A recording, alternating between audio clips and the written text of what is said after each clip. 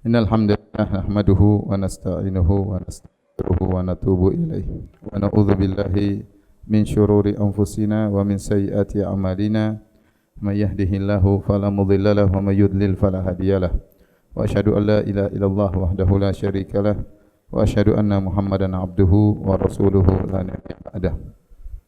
Ya ayyuhalladzina amanu taqullaha haqqa tuqatih wa la tamutunna illa wa antum muslimun. فإن أصدق الحديث كتاب الله وخير الهدى هدى محمد صلى الله عليه وسلم وشر الأمور محدثاتها وكل محدثة بدعة وكل بدعة ضلالة وكل ضلالة في النار. Ikhwan dan akhwat yang dirahmati oleh Allah Subhanahu wa taala, kita lanjutkan pembahasan kita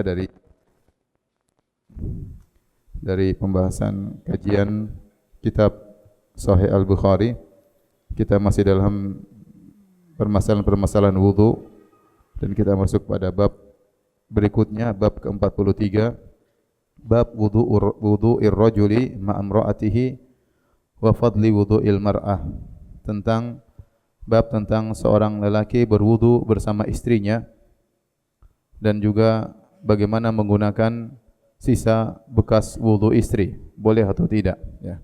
Dan Imam Al-Bukhari dengan judul bab ini dia mengatakan boleh seorang suami, seorang lelaki berwudu dengan istrinya, dan boleh juga dia menggunakan sisa air yang digunakan oleh istrinya.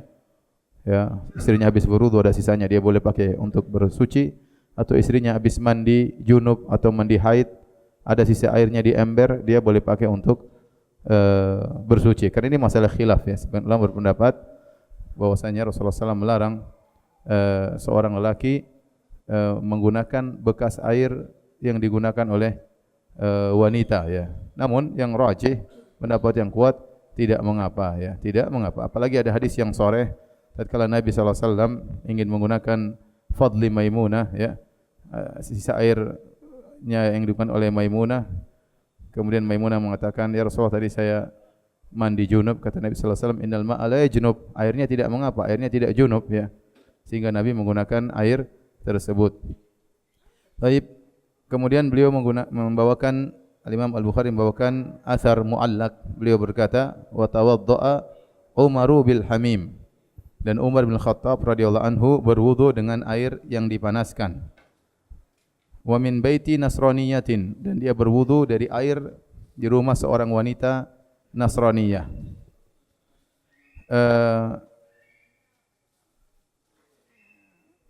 Ini dijadikan dalil oleh Imam Al-Bukhari. Ini dua athar, ya. Imam Umar berwudu dengan air yang dipanaskan. Yang kedua, Umar berwudu dari rumah seorang wanita Nasraniyah. Adapun pendalilan dari Umar berwudu dengan air yang dipanaskan ini tidak begitu kuat, tidak begitu zahir. Tapi ada ihtimal bahwasanya Umar, istrinya, juga menggunakan air tersebut, ya, bersama dengan Umar, karena ini menggunakannya di rumah. Ya, biasanya air dipanaskan di mana? Di rumah. Jadi ada ihtimal Imam Bukhari sering berdalil dengan kemungkinan. Tatkala kemungkinan tersebut datang, maka dijadikan dalil oleh Al-Imam Al-Bukhari. Tatkala Umar bin Khattab berwudu dengan air yang dipanaskan, ya, kemungkinan yang panaskan adalah apa? Istrinya, dan kemungkinan airnya digunakan bersama. Ini juga dalil bahwasanya boleh berwudu, bersuci dengan air yang dipanaskan, ya. Memang benar dalam sebagian pendapat dalam mazhab Syafi'i bahwasanya tidak boleh atau makruh berwudu dengan air musyammas. Musyammas itu air yang dipanaskan di bawah terik matahari, ya. Dipanaskan di bawah terik matahari. Beda antara air dipanaskan dengan api dengan air dipanaskan dengan apa? Matahari, ya. Nah, kalau air yang dipanaskan matahari datang dalam hadis, ada hadis melarang, tapi hadisnya dhaif.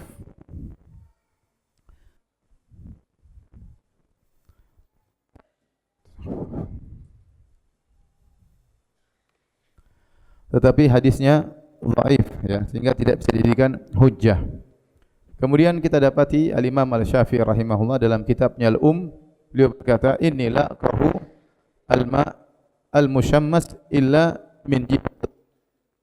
Kata Imam Syafi'i, "Inni la akrahu al-ma' al-musyammas illa min jihati at-tib." Kata Imam Syafi'i rahimahullah dalam kitabnya di awal dari kitab Thaharah, dia berkata, "Aku tidak benci, tidak memandang makruh menggunakan air yang dipanaskan dengan matahari kecuali dari sisi kedokteran atau kesehatan.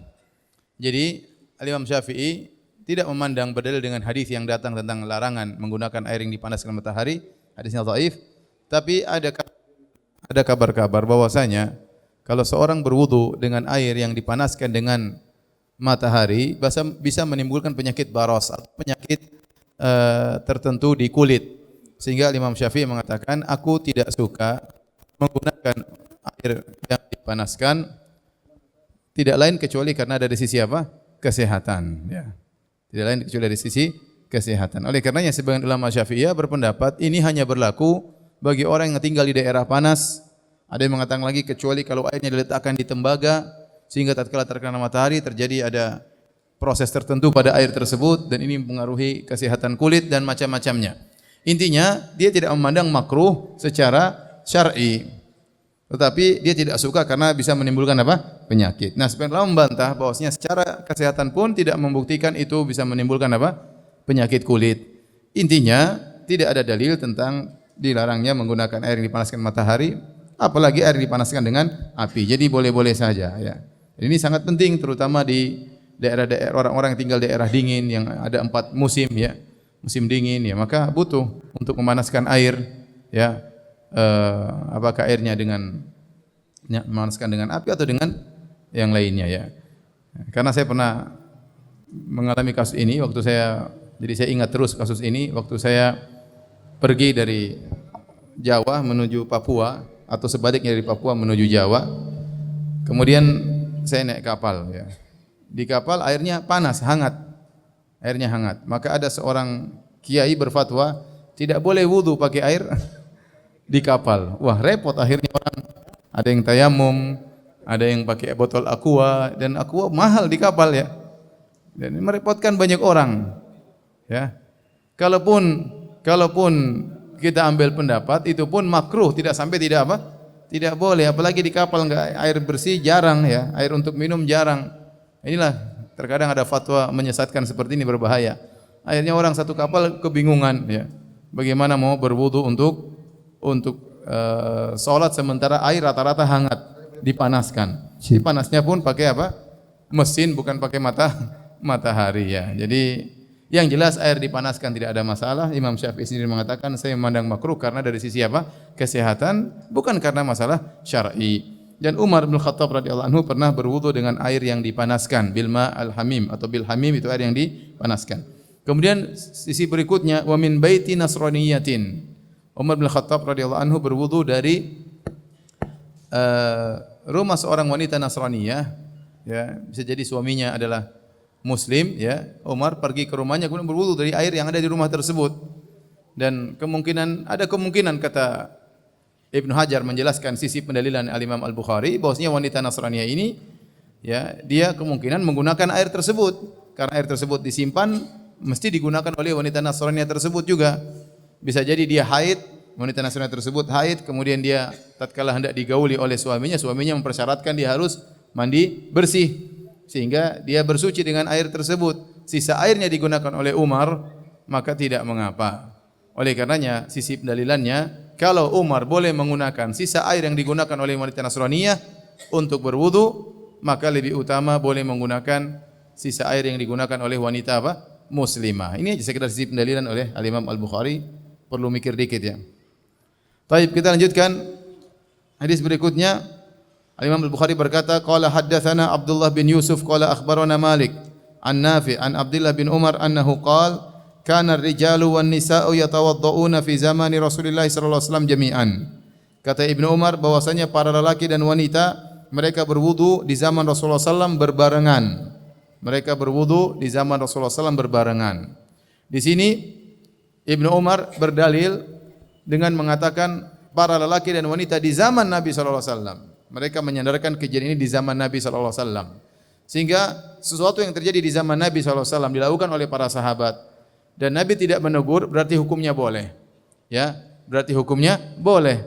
Oleh karenanya Jabir bin Abdullah radhiyallahu anhu tatkala berdalil tentang bolehnya melakukan azal, yaitu melakukan hubungan dengan istri kemudian mengeluarkan air mani di luar kemaluan sang istri di luar rahim, maka kata Jabir bin Abdullah, kunna Na'zil wal Qur'anu yanzil. Kami dahulu melakukan azal, membuang air mani di luar, ya. Sementara Al-Qur'an turun. Itu di zaman Nabi sallallahu alaihi wasallam. Artinya dia mengatakan seandainya hal itu dilarang, dianggap membunuh anak misalnya, pasti sudah ada ayat yang menegur, atau paling tidak Nabi sallallahu alaihi wasallam akan menegur. Dan ini sering dijadikan dalil oleh para ulama. Ini terjadi di zaman Nabi dan Nabi tidak mengingkari, berarti menunjukkan itu perkara yang dibolehkan. Contoh seperti kisah yang pernah kita sebutkan, kisah Abbad bin Bishr radhiyallahu anhu al-Ansari, tatkala dia salat jaga malam, kemudian dia salat dipanah oleh musuh.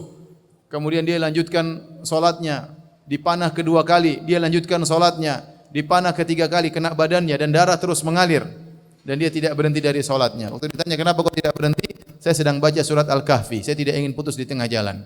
Akhirnya dia selesaikan baca surat Al-Kahfi sampai kena panah 3 kali. Tetapi dia salat, darah keluar dan dia melanjutkan salatnya. Dan ini di zaman Nabi sallallahu alaihi wasallam. Sehingga dijadikan dalil oleh para ulama bahwasanya seorang kalau dia salat kemudian keluar darah dari tubuhnya, dia salat lanjutkan tidak jadi masalah. Kenapa? Karena ini terjadi di zaman Nabi dan tidak ada dalil Nabi menyuruh dia salat untuk mengulangi apa? Salat. Makanya sering para sahabat berdalil, kami melakukannya di zaman Nabi. Ini terjadi di zaman Nabi. Ya, meskipun bukan hadis langsung, tetapi dipahami bahwasanya itu merupakan dalil, karena kalau tidak boleh tentunya Nabi akan mengingkari.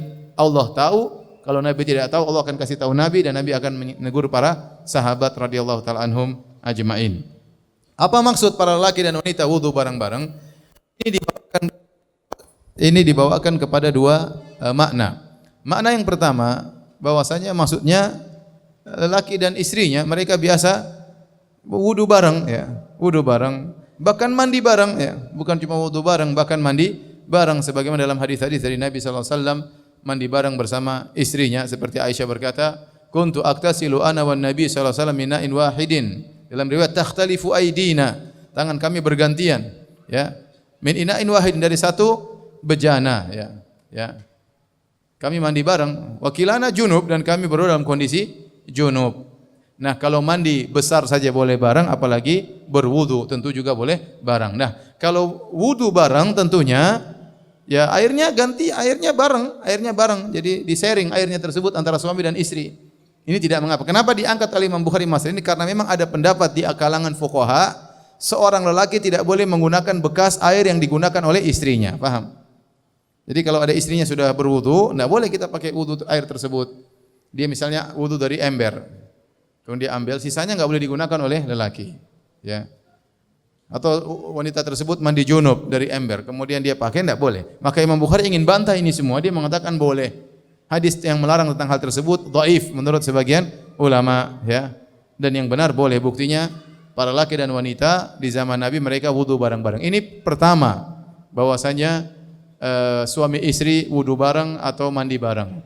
Kemungkinan kedua, ini sebelum turun hijab, sebelum turun ayat yang mewajibkan hijab, sehingga mereka wudu bareng-bareng. Dahulu ya bercampur laki-laki perempuan sehingga mereka wudu bareng-bareng. Tetapi kemungkinan yang pertama yang lebih kuat, wallahu alam bisawab, maksudnya lelaki dan wanita mereka wudu bareng suami istri. Makanya judul yang diberikan oleh Imam Bukhari adalah babu wudu'ir rajuli ma'a imra'atihi, bab tentang seorang lelaki berwudu dengan istrinya. Jadi dibawakan kepada makna suami istri boleh wudu bareng, bahkan mandi bareng juga apa? Boleh. Oleh karenanya ini sunnah yang ditinggalkan oleh ikhwan-ikhwan dan akhwat-akhwat, ya. Mandi apa? Mandi bareng. Padahal kalau orang mandi bareng itu bagus, ya. Baik.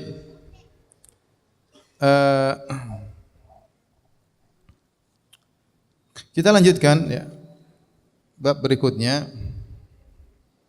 Bab sabbin Nabi sallallahu alaihi wasallam wudu'ahu 'alal mugma alaihi. Bab tentang Nabi sallallahu alaihi wasallam menumpahkan air wudunya di atas orang yang pingsan. Al-Imam Al-Bukhari berkata qala haddatsana Abu Walid qala haddatsana Syu'bah an Muhammad ibn al-Munkadir qala sami'tu Jabiran yaqul, aku mendengar Jabir radhiyallahu anhu berkata, jaa Rasulullah sallallahu alaihi wasallam yauduni, Rasulullah sallallahu datang menjengukku. Jadi Jabir lagi sakit. Wa ana maridun la aqil. Aku sakit dan aku tidak sadar. Sepertinya pingsan, tidak sadar. Fatawaddaa wa sabba alayya min wudu'ihi. Maka Nabi pun berwudu, kemudian dia mengambil sisa wudunya, ya. Kemudian dia tumpahkan kepadaku. Fa aqaltu, aku pun sadar. Fa qultu ya Rasulullah, limanil mirath? Waktu aku sadar, aku bertanya, ya Rasulullah, warisan buat siapa? Innama yarithuni kalalah. Sungguhnya yang mewarisiku hanyalah kalalah. Ini masalah warisan, ya. Seorang laki meninggal tidak ada ayahnya, tidak ada anaknya, cuma ada saudari perempuannya misalnya, ya, ini masalah warisan. Fanazalat ayatul faraid, maka turunlah ayat tentang masalah warisan. Yang menjadi perhatian kita di sini bahwasanya Nabi SAW tatkala tahu Jabir pingsan, maka dia berwudu, kemudian ditumpahkan wudunya kepada Jabir radhiyallahu taala anhu, ya. Apakah kita boleh melakukan demikian? Boleh saja, ya. Secara kenyataan juga kalau orang pingsan dikasih air cepat bangun, ya. Atau di suatu kasih air dingin-dingin dia cepat apa? Cepat sadar. Sebagaimana dilakukan oleh Nabi sallallahu alaihi wasallam kepada Jabir radhiyallahu taala anhu. Kemudian lanjutkan babul ghusli wal wudu'i fil mikhdab wal qadah wal khashab wal hijarah. Bab tentang mandi dan wudu fil mikhdab. Fil mikhdab itu semacam bak, ya, semacam bak yang asalnya dibuat untuk mencuci baju, tetapi bisa digunakan untuk menada air untuk wudu atau untuk mandi. Kalau dia kecil untuk wudu, kalau dia besar bisa buat mandi, ya. Dan terkadang terbuat dari batu atau yang lainnya. Wal qadah itu disebutkan adalah bejana tetapi mulutnya kecil dan biasanya terbuat dari kayu asalnya. Ya, wal khashab wal hijarah, atau tempat bejana terbuat dari kayu maupun bejana yang terbuat dari batu. Intinya Imam Al-Bukhari nanti akan membawakan hadis-hadis bahwasanya boleh seorang berwudu dari bejana yang terbuat dari batu, dari kayu, dari kulit, dari tembaga, ya, bahkan dari kaca, ya, enggak apa-apa, kita berwudu dari air yang diletakkan di tempat tersebut, ya. Adapun kalau terbuat dari emas dan perak, maka ini ada larangan, ya, menggunakan misalnya tempat wudunya terbuat dari emas, ini jadi masalah, ya. Terbuat dari perak ada khilaf juga, jadi masalah, ya.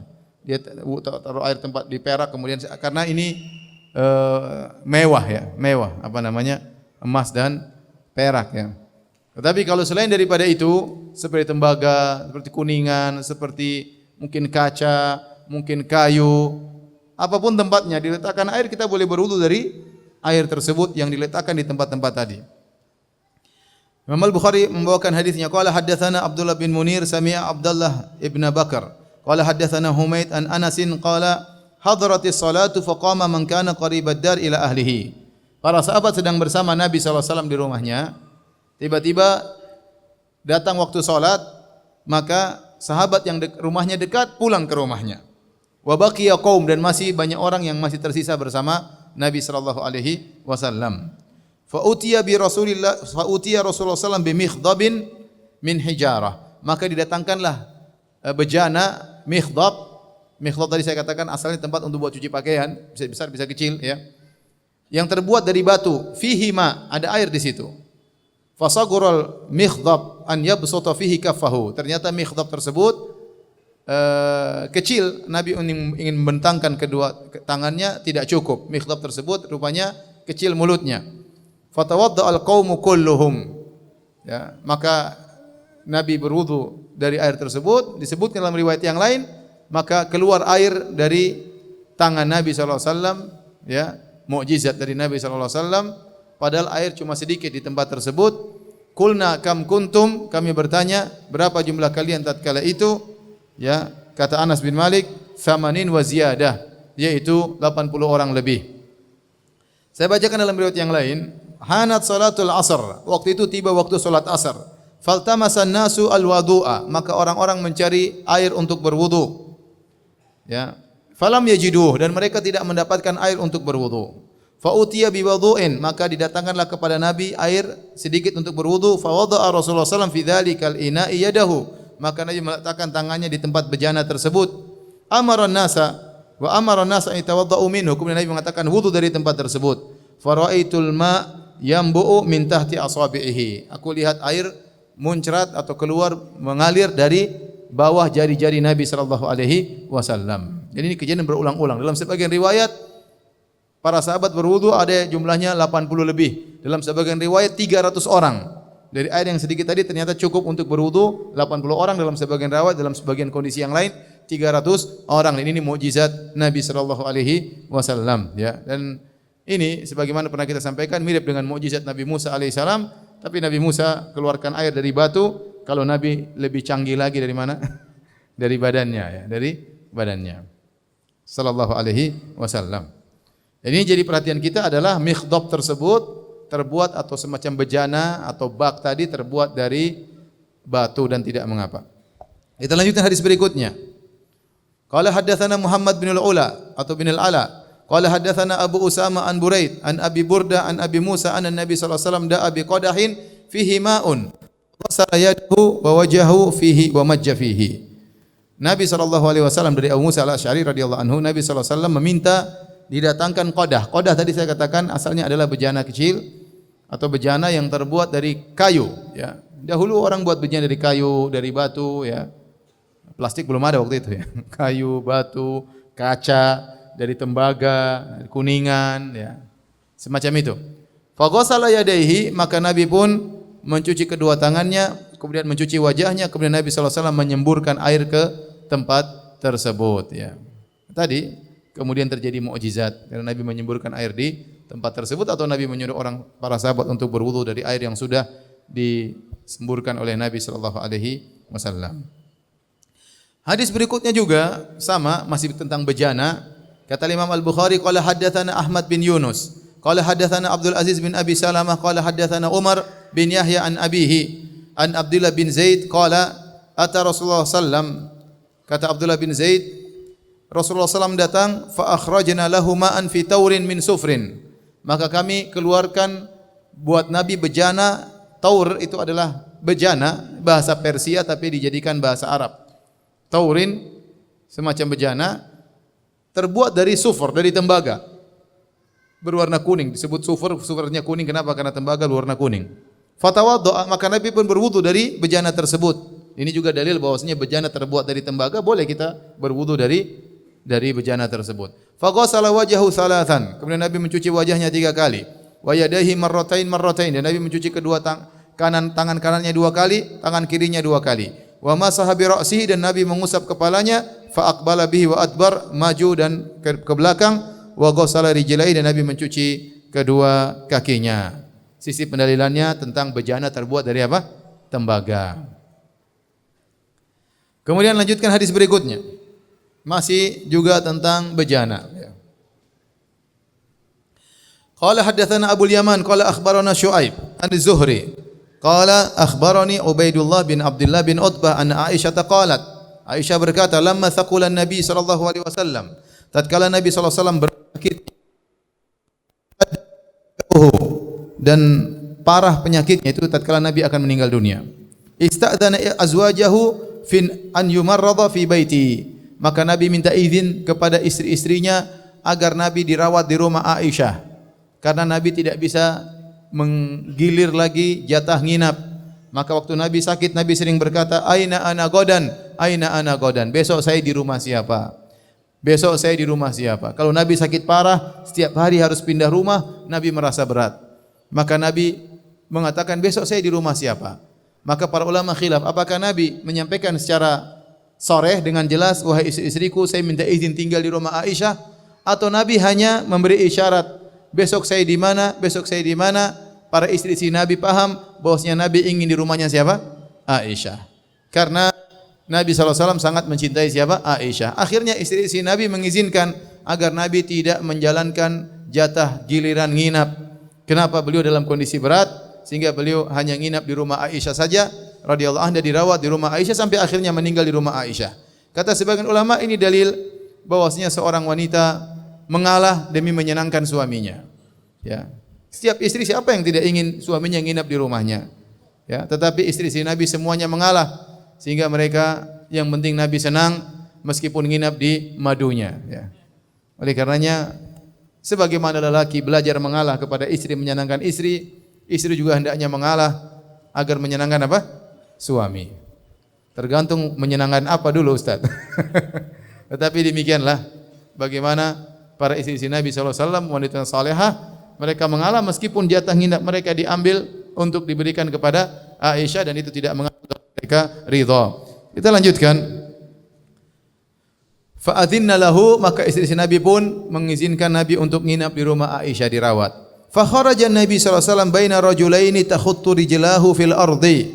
Maka Nabi suatu hari keluar menuju masjid, dibopong oleh dua orang, sampai-sampai mereka angkat Nabi sampai kedua kaki bergeser-geser, tergesek-gesek ke tanah. Ya. Baina Abbasin wa rajulin akhar. Yang memikul kata Aisyah radhiyallahu anha yaitu Abbas, paman Nabi Abbas bin Abdul Muttalib dan lelaki yang lain. Aisyah tidak menyebut namanya siapa lelaki tersebut. Jadi yang bopong Nabi dua orang, yang satu siapa? Abbas, yang satu seorang yang lain kata Aisyah. Tapi para ulama mencari, ya. Qala Ubaidillah, fa ukhbirtu Abdullah bin Abbas, fa akhbartu Abdullah bin Abbas, fa qala atadri man ar-rajul akhar? Aku sampaikan ya hadis ini kepada Abdullah bin Abbas, anaknya Abbas. Kemudian Abdullah bin Abbas bapaknya yang bopong Nabi. Maka Ibnu Abbas berkata, "Atadri mani rajul akhar? Tahukah kamu siapa lelaki lain yang membopong Nabi bersama bapakku Abbas?" Qultulah, aku tidak tahu. Kata Ibnu Abbas, "Huwa Ali." Dia adalah siapa? Ali bin Abi Thalib. Timbul pertanyaan, kenapa Aisyah tidak menyebut Abbas dan Ali? Kok dia tidak menyebut nama Ali? Kata para ulama, ada dua kemungkinan. Kemungkinan pertama, Aisyah masih ada perasaan agak dongkol sama Ali bin Abi Thalib. Kenapa? Ada kejadian waktu Aisyah radhiyallahu anha dituduh berzina oleh orang-orang munafik sampai Nabi tidak mendatangi Aisyah dalam waktu yang lama. Kemudian Nabi SAW mendatangi para sahabat. Di antaranya Nabi curhat kepada Ali bin Abi Thalib. Maka Ali bin Abi Thalib waktu didatangi oleh Nabi, kata Ali bin Abi Thalib, "Ya Rasulullah, ngapain susahkan diri?" Gampangnya demikian. "Wan nisa siwaha katsir." Wanita-wanita selain Aisyah banyak. Udah ceraikan aja. Intinya gitu. Dan hadisnya disampaikan oleh Aisyah. Waktu Nabi ketemu Ali radhiyallahu anhu ngomongnya demikian. Ali bukan maksudnya jengkel sama Aisyah, tidak, tapi Ali tidak ingin Nabi pusing. Nabi sedih, istrinya dituduh berzina, iya atau tidak? Maka Ali kasih solusi, ya sudah Rasulullah, ya udah cerai saja. Wanita masih banyak, nikah dengan yang lain. Rupanya itu masuk ke hati siapa? Aisyah. Bayangkan, wajar kalau Aisyah, nama sahabatnya. Aisyah bagaimana tidak dongkol, sementara kalau dia harus cerai sama siapa? Nabi SAW. Seandainya Nabi mengambil ide Ali, tercerailah siapa? Aisyah. Maka itu masuk ke hati Aisyah, wajar. Maka dia mengatakan Nabi dibopong oleh Abbas dan laki-laki satunya lagi. Tidak disebut namanya. Ini kemungkinan pertama. Kemungkinan kedua, datang dalam hadis-hadis yang lain, ternyata yang membopong Nabi banyak orang. Terkadang Abbas dengan Ali, terkadang dengan Fadl bin Abbas, terkadang dengan Usama. Jadi ada 4 orang yang membopong Nabi, maka mungkin Aisyah radhiyallahu anha ingat yang Abbas, satunya entah siapa, 3 orang yang lain bisa jadi salah satunya. Apakah Fadl bin Abbas ataukah Usama, ya, ataukah yang lainnya Ali, ya. Dan di kemungkinan kedua lebih baik kita bawakan, ya, lebih aman, ya. Daripada kita mengatakan Aisyah apa? Masih menyimpan sesuatu di hatinya tentang Ali. Tapi seandainya Aisyah menyimpan sesuatu, wajar, ya. Karena tadi Ali yang pernah kasih ide kepada Nabi, ya sudah Rasulullah, kalau memang kau pusing, udah ceraikan aja, ganti istri yang lain, ya. Wa kanat Aisyah radhiyallahu taala anha tuhadditsu anna Nabi sallallahu alaihi wasallam qala ba'da ma dakhala bait wa shadda wajhuhu. Dan Aisyah menceritakan tatkala Nabi dalam kondisi sudah balik dari masjid kemudian masuk ke rumah dalam kondisi parah sakitnya, beliau berkata, "Hariku alayya min sab'i qirab lam tuhlal awqiyatuhunna." Ambillah 7 tempat air, kirbah itu tempat air, ya. terbuat dari kulit, ya. Kata Nabi, ambil 7 tempat air yang belum dibuka tutupnya, siramkan 7 tempat air tersebut kepadaku. Kata para ulama di antara Ibnul Mulaqqin mengatakan, kenapa Nabi milih air yang belum dibuka? Karena Nabi ingin bertabarruk. Tatkala mereka biasa menutup air, mereka bilang bismillah, ya. Jadi air tersebut sudah dikatakan apa? Bismillah. Kemudian air tersebut belum disentuh yang lainnya, maka lebih bersih. Yang ketiga, air tersebut lebih dingin dan Nabi ingin menggunakan air yang lebih dingin, ya. Adapun kenapa 7, ada yang mengatakan Nabi bertabaruk dengan angka 7, ya, karena banyak hal-hal yang dalam syariat angkanya 7, ya. Tawaf 7 kali misalnya, sa'i 7 kali misalnya, makan korma ajwa 7 butir misalnya, dan yang lain-lainnya, sehingga Nabi memilih angka 7. Wallahu a'lam bishawab, tidak ada dalil yang lebih tegas dalam hal ini. Kata Nabi, la'alli ahdu ilan nas, saya ingin mandi, semoga saya bisa ketemu dengan orang-orang untuk memberikan nasihat. Wa ujlisa fi mikhdab, ini jadi perhatian kita di sini. Wa ujlisa fi mikhdab li Hafsata zaujin Nabi sallallahu alaihi wasallam. Maka kami memandikan Nabi, Nabi didudukkan di semacam bak milik Hafsah, ya. Jadi mereka punya barang-barang sedikit, ya. Makanya ini bak milik siapa? Aisyah tahu. Ini bak milik siapa? Hafsah, cuma dipinjam oleh siapa? Aisyah. Makanya waktu kisah Aisyah cemburu, Aisyah pukul tangan pembantu, kemudian piring pecah, Nabi ganti dengan piring yang lain. Karena memang mereka punya piring terbatas. Mereka punya piring terbatas, mereka punya bak apa? Terbatas, ya. Baju juga jumlahnya terbatas. Mereka hidup sederhana.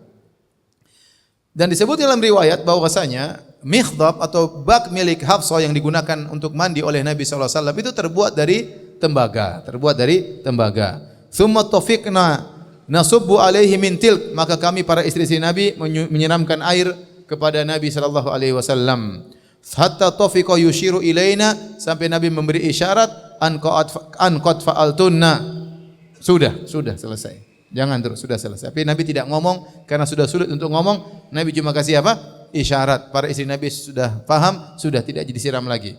Tsumma kharaja ilan nas, kemudian beliau pun keluar menuju orang-orang. Taib. Kita lanjutkan.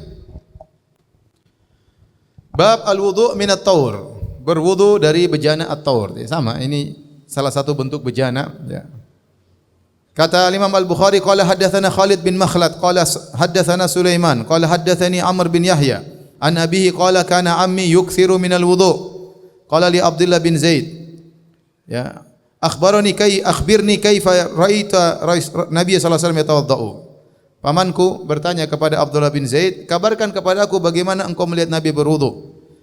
Fada abi taurin min ma'in, maka dia pun minta untuk didatangkan taur. Taur tadi bejana terbuat dari tembaga, ya, isinya air. Fa aqfa ala yadayhi, maka dia pun miringkan bejana tersebut. Bejana tersebut punya bentuk tertentu, cuma saya tidak tahu. Cuma itu bejana, terbuat dari apa? Dari tembaga, ya. Disebut dengan taur karena dia memiliki bentuk tertentu. Kemudian dimiringkan untuk mencuci kedua tangannya. Fa ghasalahuma thalatha mirar, maka dia pun mencuci kedua tangannya 3 kali. Tsumma adkhala yadahu fit taur, kemudian Nabi masukkan tangannya di bejana tersebut. Famat madha wastanthara thalatha marratin min ghurfatin wahidah, maka Nabi pun berkumur-kumur, kemudian menghirupkan air, menghembuskan air dari hidungnya 3 kali dengan satu tangan, satu cidukan. Tsumma adkhala yadahu faghtarafa biha faghasala wajhahu thalatha marrat, kemudian Nabi masukkan tangannya, dia ciduk air dari bejana tersebut, kemudian mencuci wajahnya 3 kali. Tsumma ghasala yadayhi ilal mirfaqaini marratain. Kemudian Nabi mencuci tangan kanannya 2 kali, tangan kirinya 2 kali.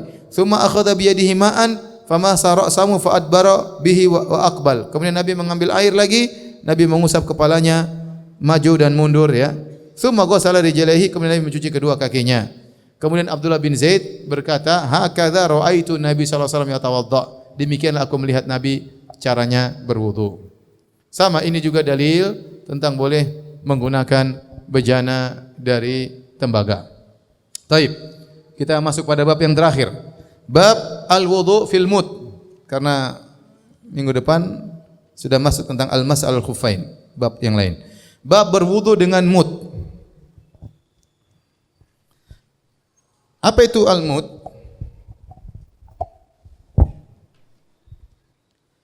Jadi mud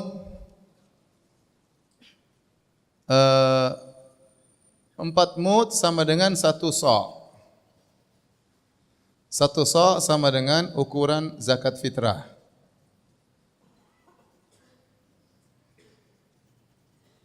Nah, 1 sa' ini asalnya adalah ukuran volume. Ukuran volume, bukan berat. Maka kemudian dikonversi menuju ukuran berat. Maka kira-kira 2,5 kilogram. Dan ini berbeda-beda. Oleh karenanya ada daftar disebut oleh para ulama. Beda. Kalau korma 1 sa' berapa kilo? Kalau beras ini ada yang cuma 2 kilo, beras tertentu. Beras tertentu ada yang 2,4 kilo. Kalau zabib, apa namanya? Zabib, apa nama bahasa Indonesianya?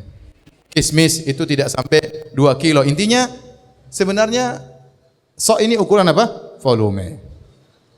Cuma dikonversi menuju ukuran berat. Jadi mereka ada ukuran volume, mereka isi beras. Terus mereka timbang. Nah, kalau beras di 1 sa' ternyata berapa kilo? Ternyata 2 kilo, 2,4, ada yang 2,3, ada yang 1,9, tergantung berasnya.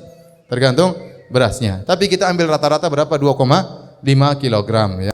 2,4 tergantung berasnya beda-beda ya. Ya. Dan 1 sa' sama dengan 4 mud. Lah, Nabi wudu dengan 1 mud. Kalau mandi 1 sa' sampai 5 mud. 1 sa' berapa mud? 4 mud. Nabi mandinya 1 sa' sampai tambah 1 mud lagi, sekitar 4 atau 5 mud. Nah, Nabi ternyata berwudu, wudu Nabi 1 mud. Mandi Nabi berapa? 4 sampai 5 mud. Nah, 1 mud berapa? Maka para ulama ini ada khilaf, 1 mud, 2 rital atau 2 rotal, ada yang 1/3 rotal, ada khilaf dengan para ulama. Intinya dikonversikan di zaman sekarang itu sekitar 500 mililiter sampai sekitar 700-an ya. Ini 1 mud. 1 mud kira-kira seperti ini. Jadi kalau antum ingin berwudu, ya ada yang mengatakan 550, ada yang mengatakan 600. Inilah khilaf di kalangan para ulama, tapi dikira-kira setengah liter itu adalah 1 mud. Kalau botol aqua yang agak apa? Yang sedang itu 600 mililiter itu kira-kira 1 mud. Itulah kira-kira wudu Nabi sallallahu alaihi wasallam. Paham? Baik. Yang benar bahwasanya ukuran mandi maupun wudu tidak ada ukuran tertentu dari syariat. Ini cuma disebutkan Nabi berwudu dengan demikian. Maka orang boleh lebih sedikit, boleh kurang sedikit, tidak jadi masalah. Adapun pendapat sebagian ulama, barang siapa yang berwudu kurang dari 1 mud tidak sah, itu ada pendapat sebagian ulama. Namun itu tidak benar, tidak ada dalilnya. Jadi kalau orang buat wudu dengan 1 botol aqua yang 200 ml itu tidak sah menurut sebagian ulama. Karena kurang dari 1 mud. 1 mud sekitar 500 ml. Adapun gelas aqua yang kecil itu tidak sampai 1 mud. Tapi yang benar tidak ada dalilnya. Oleh karena seorang boleh berwudu, kalau air enggak ada segitu cukup ya segitu. Kalau air ada usahakan sekitar 500 ml karena Nabi biasanya berwudu dengan 500 ml agar seorang bisa berwudu dengan sempurna. Kalau terlalu sedikit susah untuk apa? Sempurna. Tetapi kalau dalam kondisi darurat kita di pesawat atau yang lainnya cukup air sedikit, enggak ada masalah ya. Sebagian ulama mengatakan tergantung besar orangnya. Ada orang yang panjang dan lebar ya kurang 1 mud, agak lebar. Tapi intinya kira-kira ukurannya demikianlah cara wudu Nabi SAW dengan 1 mud dan mandinya sekitar 4 sampai 5 mud. Sebenarnya 1 mud itu ukuran begini. 1 mud itu ukuran 2 telapak tangan lelaki yang tingginya wajar, ukuran tangannya biasa. Bukan air, tapi untuk ambil beras. Kalau air kan dia datar dan turun, beras. Kalau ambil beras. Sampai ada seorang ulama di Madinah, kalau dia ingin bayar zakat, dia cuma ambil 4 kali. 1, 2, 3, 4, selesai. Enggak usah timbang-timbang tuh bawa. Tapi intinya lebih hati-hati menggunakan ukuran sudah dikonversi zaman sekarang, yaitu sekitar 2,5 kilogram kalau untuk beras ya. Baik ikhwan dan akhwat, kita salat dulu, habis salat kita lanjutkan ya. Bila kita sedang mendaki gunung, saat di atas gunung kondisi tidak ada air, bolehkah kita tayamum sedangkan ada air minum hanya untuk cukup untuk minum? Ya boleh. Ya. Kalau ternyata di atas gunung tidak ada air kecuali air untuk minum, kita tayamum karena air ini untuk apa? Untuk minum. Apakah tasbih membatalkan wudu? Saya tidak tahu tasbih membatalkan wudu. Tidak ada dalilnya bahwasanya tasbih begini membatalkan apa? Wudu. Wallahu a'lam bishawab. Apakah wudu kalau setelah wudu disentuh wanita batal? Wanita tersebut menyentuh saya juga batal atau tidak? Menurut mazhab Syafi'i, kalau yang menyentuh adalah wanita yang bukan mahram, ya, yang mungkin untuk dinikahi, demikian juga yang sudah dinikahi, ya. Jadi selama bukan mahram, apakah yang mungkin dinikahi atau sudah dinikahi istri maksudnya, maka membatalkan wudu. Ini mazhab Syafi'i. Namun pendapat yang lebih benar bahwasanya tidak membatalkan wudu, ya. Tidak membatalkan wudu. Yang dimaksud dengan aula mastumun nisa yaitu atau kau menggauli para istrimu. Ketika mengusap kepala, apakah cukup menggunakan air sisa membasuh tangan atau harus mengambil air yang baru untuk mengusap kepala?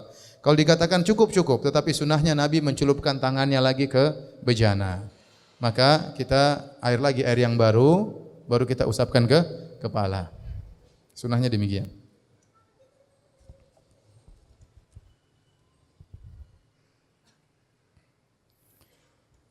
Apakah betul apabila seorang nabi meninggal di makam di tempat nabi tersebut meninggal? Ya, nabi annal anbiya dufinu haitsu matu.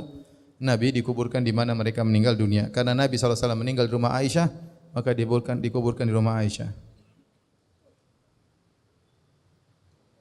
Jika kita memelihara ikan di penampungan air agar tidak ada jentik-jentik nyamuk, apakah air yang ada ikannya tersebut boleh dipakai untuk berwudu? Boleh, ya. Ikan tidak menajiskan apa? Air. Ya. Ustaz, kalau ikannya mandi junub dalam situ gimana?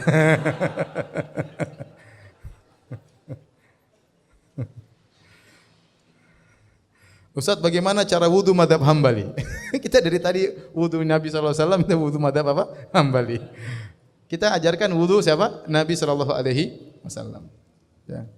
Tapi kalau wudu madhab Hambali bedanya dengan madhab Syafi'i, semuanya sepakat bahwasanya menghirupkan air, mengeluarkan air, ya, istinsyak, kemudian istinthar itu disyariatkan. Cuma Hambali mengatakan wajib, Syafi'i mengatakan apa? Sunnah. Semua sama. Syafi'i, Hambali wudunya sama-sama mengusap kepala sampai belakang. Cuma kata Hambali ini wajib, kata Syafi'i tidak wajib, yang wajib cuma begini. Tapi kalau antum wudunya seperti yang disebutkan dalam hadis depan belakang, berarti antum sudah sesuai dengan mazhab Syafi'i. Bahkan sunnahnya, mazhab Syafi'i dalam bukunya sunnah wudu begini, menghirupkan air, mengeluarkan, ya. Jadi ini juga mazhab Syafi'i sama, cuma bedanya mazhab Syafi'i memandang itu sunnah, mazhab Hambali memandang itu apa? Wajib.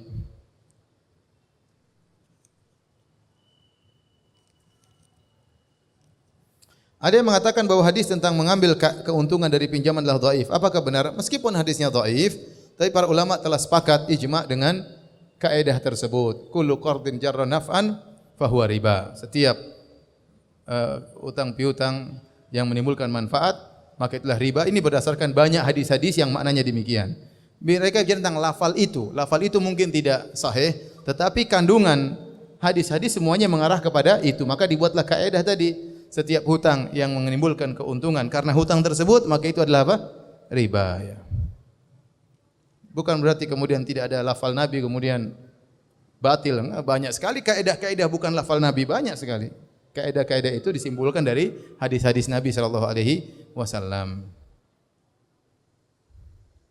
Apakah boleh anak laki-laki yang sudah dewasa membandingkan jenazah ibunya? Tidak boleh. Yang boleh hanya suami istri. Suami boleh memandikan istrinya, istri boleh memandikan apa? Suaminya. Karena anak dan ibu tidak boleh melihat aurat, tetapi suami istri boleh. Oleh karenanya tidak boleh laki-laki memandikan perempuan, perempuan tidak boleh memandikan laki-laki kecuali suami apa? Istri.